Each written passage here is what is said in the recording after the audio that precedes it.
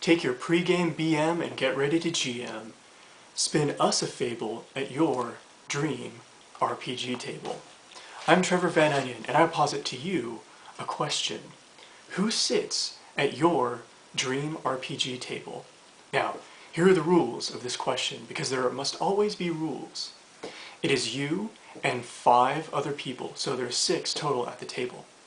Now, you can have at your table people from any time in history, living or dead, but they must be real live people. So you can have Johnny Depp, but you cannot have the character of Jack Sparrow at your table.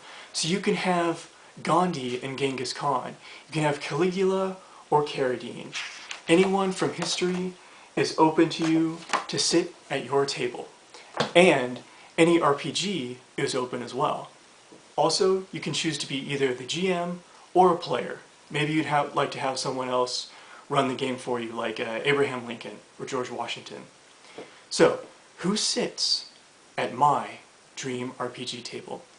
First, we have someone who is unfortunately no longer with us, and that is the playwright and the genius Oscar Wilde. I hold up this quotationary because half the quotes in here are from Oscar Wilde himself. And bringing to the table, he brings his overpowered wits stat. He brings his quips and quotes, his japes and jokes, and he'll be more than welcome at the table with his massive intelligence and his quick mind. I think the character that he would play would probably be a sorcerer in this D&D game, so that he can use his massive charisma and he can use his quick wits when he's spontaneously casting his spells. The second person is a modern day comedian, and that is Jack Black.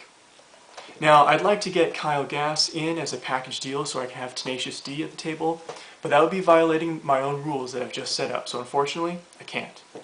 Now, Jack Black will bring his boisterous and bizarre characters to the table. He will no doubt be singing the entire time, whether or not he plays a bard or not. He will immortalize this amazing session in song for all time.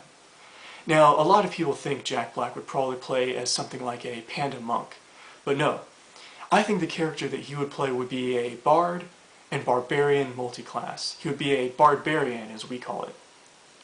Now, the next person is one of my favorite actors, and he shares the same birthday that I do.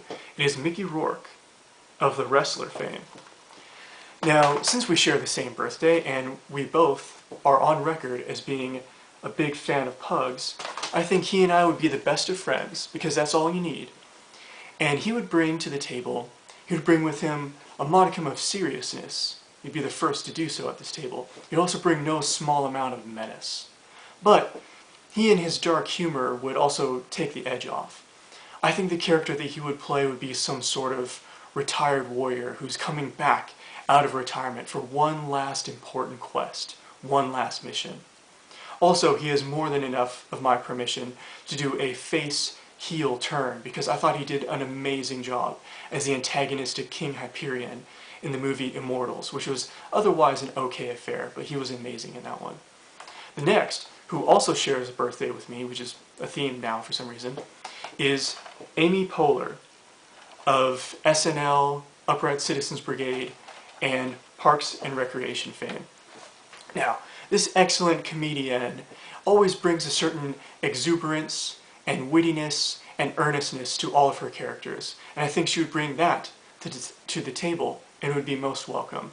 I think the character she would play would probably be some weird little halfling druid whose main goal is to save the Shire and protect all the fuzzy animals and fuzzy people therein. The next person is a triple threat.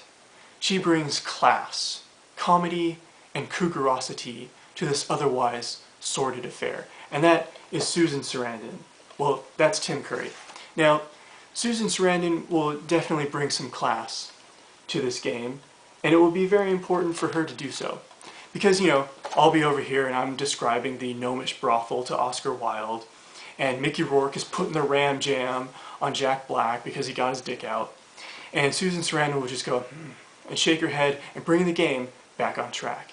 And back on track it will stay, because anyone who's been in Rocky Horror and SNL and 30 Rock and all these movies that she has been in She brings humor, intelligence, and creativity to everything she does. And that is exactly the kind of person that you want at your dream RPG table.